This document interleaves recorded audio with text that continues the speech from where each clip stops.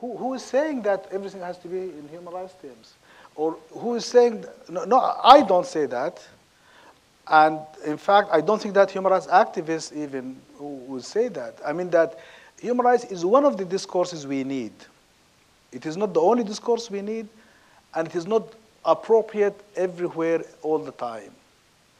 And of course, like with everything else, there are some human rights fundamentalists, as there are secular fundamentalists, as there are religious fundamentalists.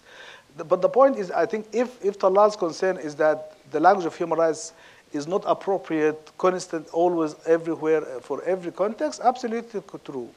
In fact, it's a means to an end. Nothing is an end in itself, including human rights, including everything, including Islam, including the Quran.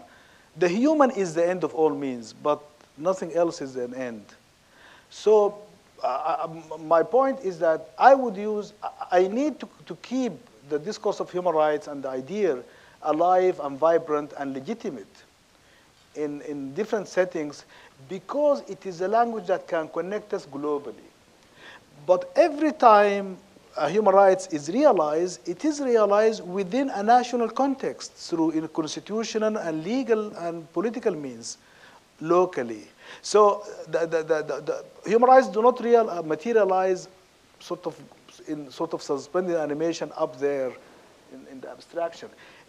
And again, it is about inspiring people. It's about also solidarity that people can create and nurture among themselves in order to create networks. It is a language that it is true that, by the way, it's often the term civil rights is used as if it is synonymous with human rights.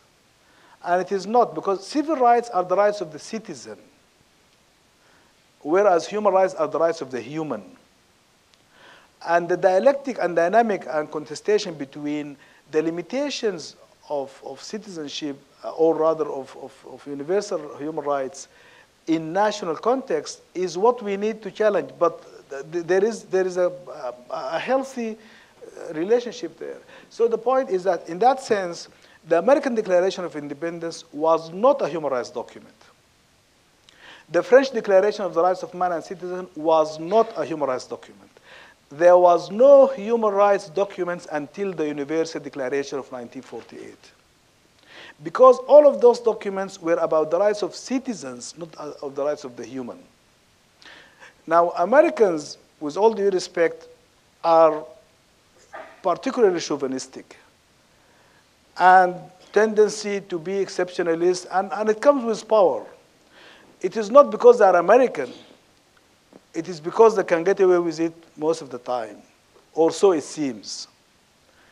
And the point, when I emphasize the responsibility of American citizens, the point is to say that when you are powerful and you feel that you have a good system working for you, you don't need to be part of a bigger system of the universal human rights.